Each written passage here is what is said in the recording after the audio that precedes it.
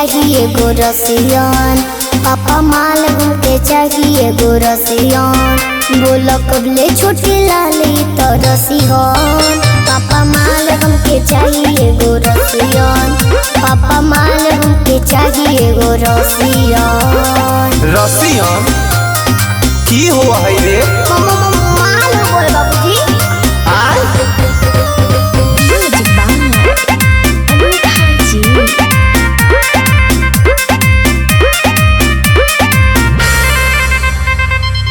लागी जितना पैसा पापा उतना लगा दो, बाटे एगो सरधा पापा हमरो पूरा दो, हमरो पूरा दो।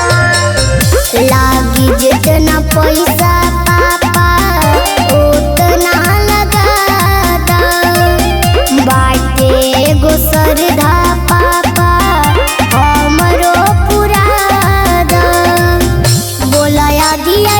बोले हसी हन। पापा माल हमके चाहिए गो रसियन, पापा माल हमके चाहिए गो रसियन।